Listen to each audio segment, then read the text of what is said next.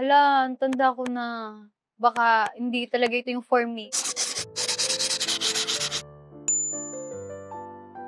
Hindi ko in-expect na isa siya sa, alam mo yun, magpapabago ng career path ko. So, ano yung love language? Ha?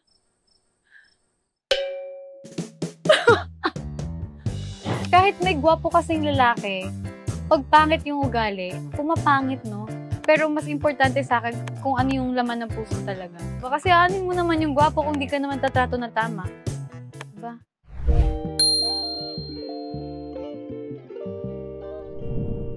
Hi, Philippine Star! This is Ashton Alviga, one of the cast of Ang Mutyanong Section E series and Minamahal movie, and this is my journey on the rise.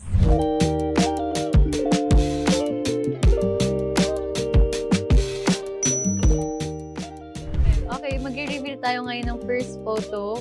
Ano kaya? Talikan kita. Okay. Elementary days. Nag-aaral ako nito sa Quezon Province. And pinost ko ata to sa Instagram ko kasi feeling ko cute ako dito. Tama ba? Childhood ko. Normal childhood. Yung masayang childhood. Yung laging nakikipaglaro sa kalsada, naglalaro ng tubig. Alam mo yung tubig? Ganun, patintero. Tapos, ayun yung amoy pawis. Tapos, uuwi lang ng bahay para uminom ng tubig. Tapos, lalabas na ulit para maglaro. Yun, masaya. Masayang childhood. Kami kasing family, magkakaiwalay kami talaga ng bahay. Kasi, yung province namin isa, nandun yung totoo naming tinitirhan. Tapos, nag-aral kami sa ibang province. Kaya, halos magkakahiwalay kami. Yung parents ko, nasa isang probinsya. Tapos kami, binibisita lang kami doon minsan. Kahit magkakalayo, hindi naman namin na-feel na parang nagkulang sila as parents. Growing up, ano yung dream job? Dream job ko? Meron kasi kaming before sa province namin, restaurant. Tapos yung mga nagsiserve doon, yung mga ate namin, ganun. So, sabi ko, ay, gusto ko din maging waitress. Hobbies? Bukod sa maglaro sa kalsada, matulog talaga. Hobbies. Wow, active. masabi yung role nila sa pag-support sa... Grabe, wala akong masabi sa pagiging supportive nila as in. Kasi, syempre ikaw, isipin mo, may patutunguhan ba? Pero sila, hindi ko na-feel yun na kine-question nila kung ano yung gusto ko gawin dito sa career na to. And sobrang laking bagay nun kasi, alam mo yun, parang pag minsan kailangan mo nang makakapitan. Sila yung nakakapitan ko. 4 kami magkakapatid, tapos yung 6. Yes, hindi lang halata. Paano nahiligan yung ako? Actually, hindi ako super hilig nun kasi mahihain talaga ako before nung bata ako. So, pinupush ako ni mami nun mag-auditions, tas mag-VTRs, workshop, hanggang sa nagustuhan ko na din. Parang, masaya pala ako pag ginagawa to. Siguro around 7 or 8 kasi naalala ko, wala pa kaming car nun. Bumabiyahe kami from Quezon Province to Manila para lang mag-auditions. Tapos, sumasakay kami ng mga bus, ganun. Hindi ako nakukuha kasi nga mahihain ako. Ganyan lang. Meron akong isang, naalala ko yun kasi yun yung first ko talaga. Para siyang commercial ng isang subdivision. So parang isa ako dun sa anak nung family. Next photo. Okay. Ay! Lits agad! Pero before Lits, meron pa akong 2 previous girl group na UGG at saka P-pop Generation. Tapos yun yung Lits. Hindi talaga ako kumakanta at sumasayaw. Pero nag-start yun nung sumali ako sa isang singing competition sa TV5, yung Born to be a Star. Mahirap, pero masaya at the same time. Kasi may kasama ka sa mga pinagdadaanan mo. Alam mo yun, yung kahit mahirap, tapos makikita niyo yung mukha ng isa't isa, magtatawanan kayo. Alam mo yun, yung gano'n, yung parang, yung sabay-sabay niyong inaabot yung mga pangarap niyo, parang isa kayo ng goal, kaya masaya. Ano yung memorable moment mo? 23? Memorable. Siguro kapag pinapagalitan ako. Kasi, alam mo yung pag pinapagalitan kasi ako, syempre nakaka-offend siya or nakaka-ano siya, parang ano ba yan? Ang hina-hina ko, parang ganun. Pero, kung iisipin ko ngayon, pero ayun nga, tulad ng sabi ko kanina, bawa nagalitan ako. Tapos may friend ako, kasama ko kasi si Sarah sa UGG din. Tapos nagalitan din siya. So parang, pagkatapos namin pagalitan dalawa, pag-uusapan namin, tapos pagtatawanan namin. So, isa yun sa memorable experience ko. 2016 to 2021, nasa girl groups ako. Actually, nung bata ako, pinapakansa na talaga ako ni Mami before pa. Alam mo yung kapag may mga birthday yan, kumanta ka dun, mga ayoko ma. Kumanta ka nga. Yung mga ganun. Pero hindi ako like super galing na yung sumasali sa mga singing contest. Hindi ganun. Marunong lang, yung parang pa CR level. Ganun. So, na-enhance lang talaga siya nung sumali ako sa yung na-train ako ng Viva talaga. Kasi doon pinag-acting workshop, singing, dancing. Tapos minsan meron kaming mga mini recital kung saan, alam mo yun, nasasanay kaming humarap mag-perform sa harap ng tao. Interviews talaga. Pero ang swerte ko noon, kasi nung nagsisimula ako, since kasali ako sa girl group, di ba may mga, hindi naman kayo pare-parehas ng personality sa isang girl group, di ba? So may mga iba doon na confident talagang magsalita. So, parang pinagdaanan ko yung challenge na yun. Parang na-experience ko siya nito na lang, nung mag-isa na lang ako, na nasanay ako, may girl group, nasanay ako, parang nagre-rely ako sa mga kagrupo ko, ganun. Pero ngayon hindi na. So parang, ngayon challenge po to eh, naiyak na ako eh.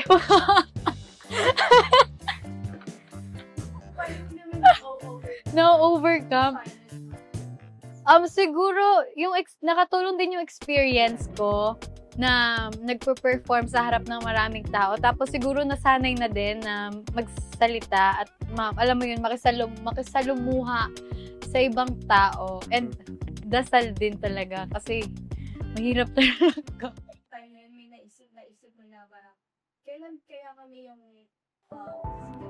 Oo naman. Siyempre, dumating talaga yun. Magsisinungaling ako pag sinabi kong hindi. Alam mo, parang, buti pa sila.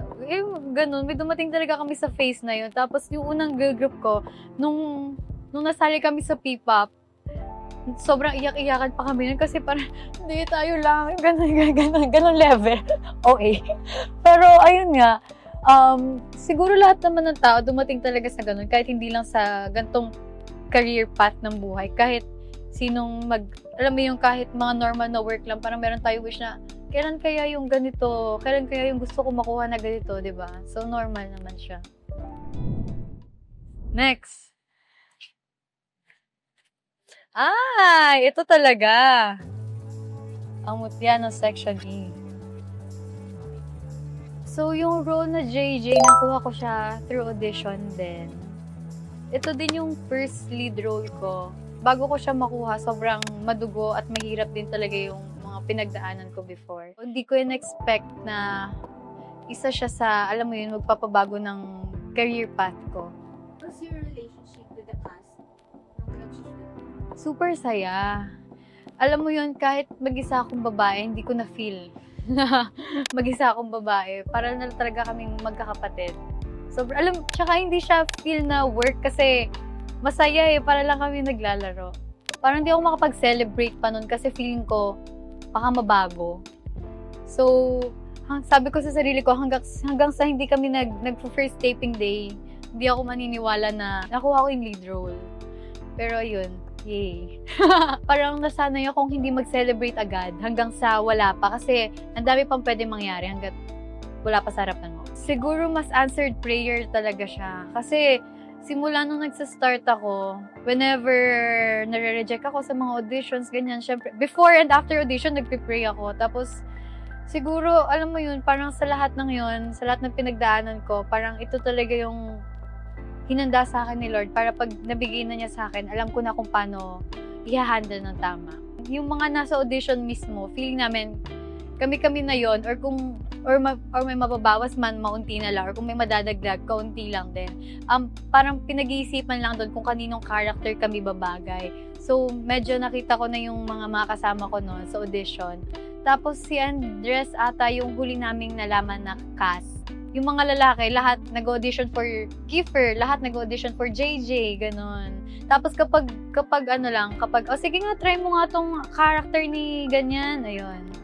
Ganon. So, hindi namin alam kung saan kami malalagay talaga kasi lahat kami, nag-audition kami, ginagamit namin yung script ng yung character na JJ and Kiefer. So, ano naman yung reaction na ng partner na si Andres pala? Siyempre si Andres shows loyalties. Hindi ko masyado maalala kasi mas nakafocus pa ako nun sa ako ba talaga yung leader na babae? Mas nandun pa ako. Parang hindi ko na nabigyan ng pansin na, ay, Andres Mulak. Hindi ko na nabigyan ng pansin ng ganun kasi paano kung bibigyan ko ng pansin? Ay, hindi pala sa'yo. Oh, di ba wala lang. Kaya mas nakafocus talaga ako na, ewan natin, tignan natin kung sa atin ba talaga. Yun. Na-intimidate ako sa kanya nung unang meet namin, yung story ko, na na-feeling ko, feeling ko ito na talaga. Hindi na itong mababago. Sa akin talaga yung role. Tapos, unang beses namin nag-meet noon sa story ko. Tapos, nahihiya ako lumapit. Kasi nga, syempre, di ba parang kilala mo siya. Tapos, hindi ka niya kilala. Tapos, hello po. Gano'n. Pero mabait siya kasi, sabi ko na before pa, nakwento ko na din to before pa na siya talaga yung lumalapit sa amin lahat. Ano yung first impression? Mabait. Kasi nga nagulat ako na parang siya yung unang nag-a-approach sa amin. Pero nung mga una-una, alam mo yun, ako naiilang pa ako, nahihiya pa ako. Since mahihiyain nga ako, yun, na minsan nangingibabaw pa din yung pagiging mahihiyain ko. Yung unang kissing scene, kinabahan talaga ako kasi first kissing scene ko yun ever. So, andun yung kaba, yung hiya na madaming, yung consciousness na alam kong maraming nanonood, yung mga ganon. Pero, ayun, dun lang naman. Pero yung iba yung away, yung kilig moments, hindi naman masyado nakakailang. Sino naman yung acting influence? Si Barbie Fortesa talaga. Kasi nakasama ko din siya before sa isang show. Yung show niya sa Nita Negrita. Isa ako sa mga bata sa bahay ampunan. So parang tinitingala ko na talaga siya noon. And ngayon na nakikita ko na kahit ang dami na niya na-achieve sa buhay, sa career niya dito, sobrang bait pa din. Mas lalo akong nabibilieve. Kailan nag-sink in sa'yo na parang, wow, ganito pala parang reception?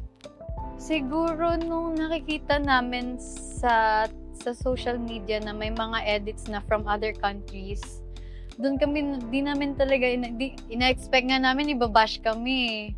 Simula nung cast reveal, ni-expect namin bashing talaga. Pero nagulat kami na wala masyado, na mas, alam mo yun, parang mas matimbang yung tuwa ng mga audience compared dun sa hate. Yun. Ano po yung masasabi ng similarities ng personality? Madami. Parang lungkot, madami. Parang nakakahiya aminin. Madami. Siguro isa na dun yung may mga tropa din akong lalaki, ganyan. Yung kilos niya, medyo parehas din sa akin. Siguro pinagkaiba lang namin, gusto niyang nagsosolve ng problems ng iba. Ako, ayoko. Yun. Kailan mo na-realize na parang gusto mong i-pursue na yung showbiz? Since noong 2016. Kasi, alam mo yun, yung parang tinigil mo yung other life mo para mag-focus ka sa career na to. Alam mo yun, isipin mo araw-araw kaming nagda-dance and singing ng voice lesson. Tapos, pag weekends naman, nagmamall show kami. So, yung edad namin yun, parang nakafocus na kami doon. So, parang iniwan namin yung ibang part ng buhay namin para i-pursue yung career na gusto namin. Sumusuko? Alam mo, hindi nga eh. Siguro last year. Kasi sabi ko, ang tanda ko na baka hindi talaga ito yung for me. Feeling ko someday, mararating ko yung pangarap ko. Pero kung hindi pa ngayon, tuloy-tuloy lang. Parang ganun. Now you're shooting for the second season na. Yes, lapit na. Ngayon, nag-aano pa lang kami. Ang nangyari pa lang sa amin is loop test and acting workshop. Fight rehearsals din pala. At ang pinaka-highlight sa akin is yung fight rehearsals na pinagagagawa namin kasi sakit sa katawan. Yes, mas madaming actions ngayon compared sa season 1. Flip na natin tong isa. Wow! Minamahal. Sobrang saya kasi nung nangyari yung amutya ng Section E, wala talaga kaming ina-expect na kahit ano. Kung gugustuhin man kami ng tao, alam mo yun, kaming lahat, masaya lang kami na may trabaho kami. And sobrang bonus na minahal kami ng tao at dahil sa pagmamahal nila, alam mo yun, nasundan agad ng movie na which is yung minamahal nga na sobrang malapit din sa puso ko kasi sobrang ganda talaga ng storya. Hindi. Oo naman. Siyempre kasi dito kasi wala kami halos masyadong kasama. Hindi kagaya before na pwede kong makausap si ganito, pwede kaming maglaro ni ganito, ganyan. Dito kasi halos kaming dalawa lang yung magka-eksena lagi. So, ayun. Siyempre magiging close kami. Ano yung nafe-feel mo na parang tinatawag ka na ikaw yung rising star of the next generation? Nahihiya ako pa. No, wag. Nahihiya ako ganun. Hindi ko alam. Parang wala pa naman eh. So, wala lang. Thankful ako syempre, pero mas maroon parang, okay lang po. Wag, okay lang. Pati nga mo, di ba? Ang awkward. Di ko alam sasabihin ko. Yun. Alam mo, dito ka na ate. Promise, mas masaya dito.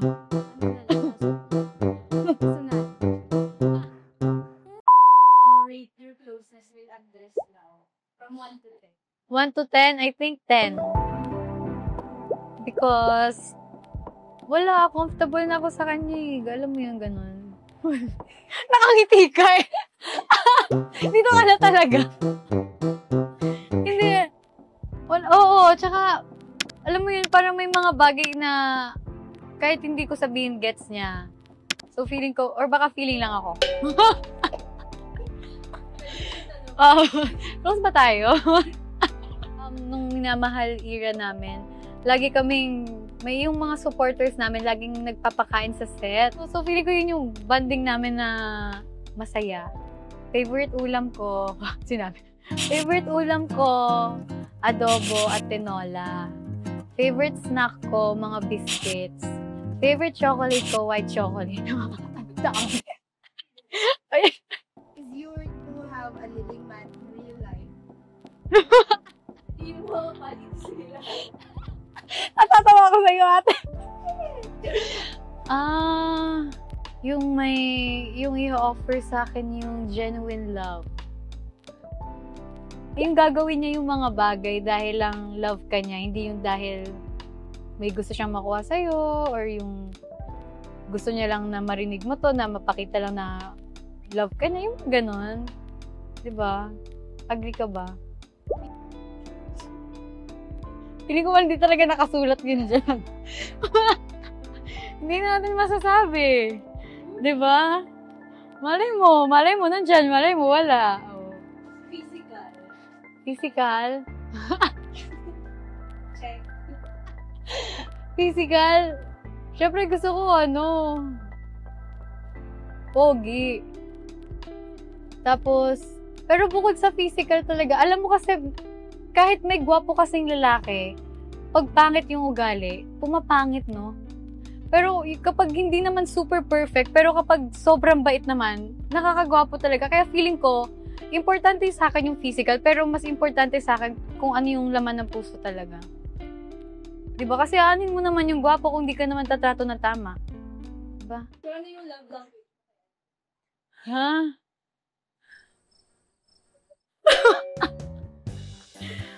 Ano? Ulit?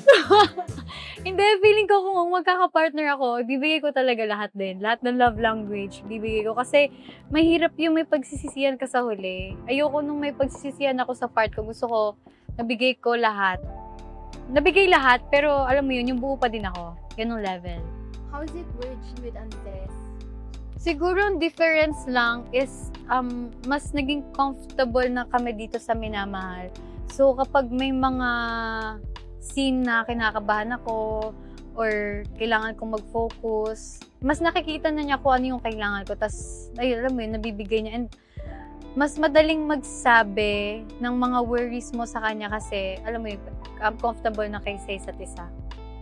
How is it working on your lead in a film? Na-pressure ako nung una kasi nagulat ako talaga sa views nung teaser namin. Pero, nung dumating yung acting workshop namin, parang natauhan ako doon na huwag ma-pressure at mas mag-focus sa character, sa acting or sa nafe-feel ng character namin. Sobra akong kinabahan din doon kasi alam ko kapag sa film na, mas maraming angles, mas maraming shots. So, kinakabahan ako na paano kapag heavy scenes, baka maubos ako. Paano kung mabigay ko sa shot na to, tapos sa next shot hindi ko mabigay. So, yun yung mga worries ko nun. Someday may ma-release ka na para original. Original? Oo, syempre. Pero gusto ko din ng original, tapos gusto ko din ng parang medyo pop na may beat. Alam mo yun, para sayo-sayo onte. Wow! First day ko kahapon sa Manila's Finest. Share ko lang. Sobrang happy kasi isa to sa mga hindi ko in-expect na opportunity na dumating. Siyempre nakaka-pressure kasi ano siya outside diva. Alam mo yun, parang mas nandun yung kaba ko. Though mababait naman sila talaga, mababait sila. Pero alam mo yun, nandun yung takot ko na, hala, parang lalabas ako ng bahay ko. Ganon feeling. May ugali kasi ako na parang kada after ko mag-shoot ng heavy scene, parang feeling ko hindi enough yung nagawa ko. So, yun yung nafe-feel ko ngayon. Kaya lagi akong tanong ng mga opinion na, ano kaya sa tingin mo? Ano kaya? Ganon. Siyempre, nag-research ako since, alam mo na, ano siya crime drama siya na nung 1960s. Tapos, binasa ko yung script, inintindi ko yung character ko din. Nakapag-interact ako halos sa lahat ng cast. Nung nag-script reading kami, nung nag-look test kami. Kasi na-meet ko dun halos lahat. Pero kahapon, nung nakasama ko lang sila Dylan, sila Sir Piolo.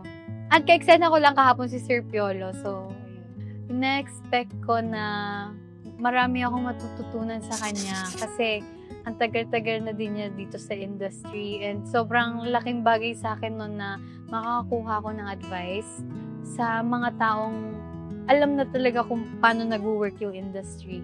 May fulfillment na kasi alam mo yun, yung mga bagay na pag may dumating na hindi mo in-expect, kahit maliit na bagay lang yun, sobrang saya mo na.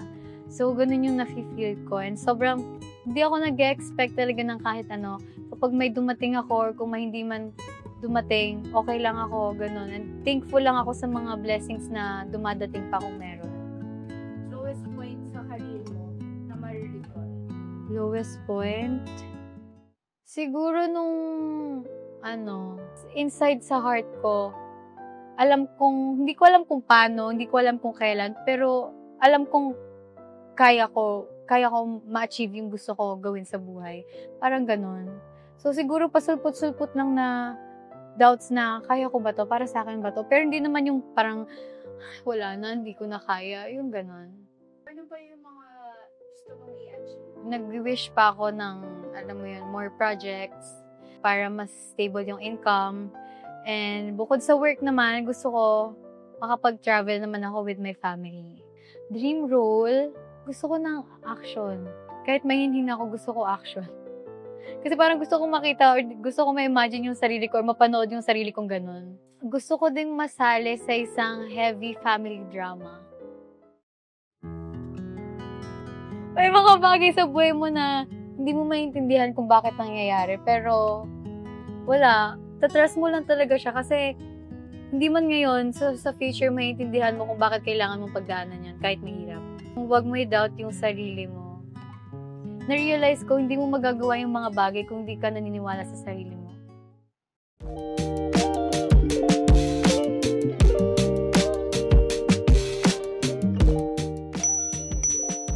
So, all my supporters, gusto ko lang pong magpasalamat. Alam ko, paulit-ulit kong sinasabi to, pero salamat po talaga kasi kung wala po yung suporta nyo, hindi ko makukuha ito, kaya maraming salamat po. Sana hindi kayo magsawa and sana patuloy tayong dumami at mas magmahalan at mag-share ng kindness, hindi lang sa atin kundi sa lahat. And ayun po, gusto ko lang din po kayong imbitahan. Manila's Finest this December 25 po. And ang Mutya ng Section E Season 2 malapit na. This has been Ashton Elviga. Don't forget to like this video and subscribe to Philippine Star YouTube channel.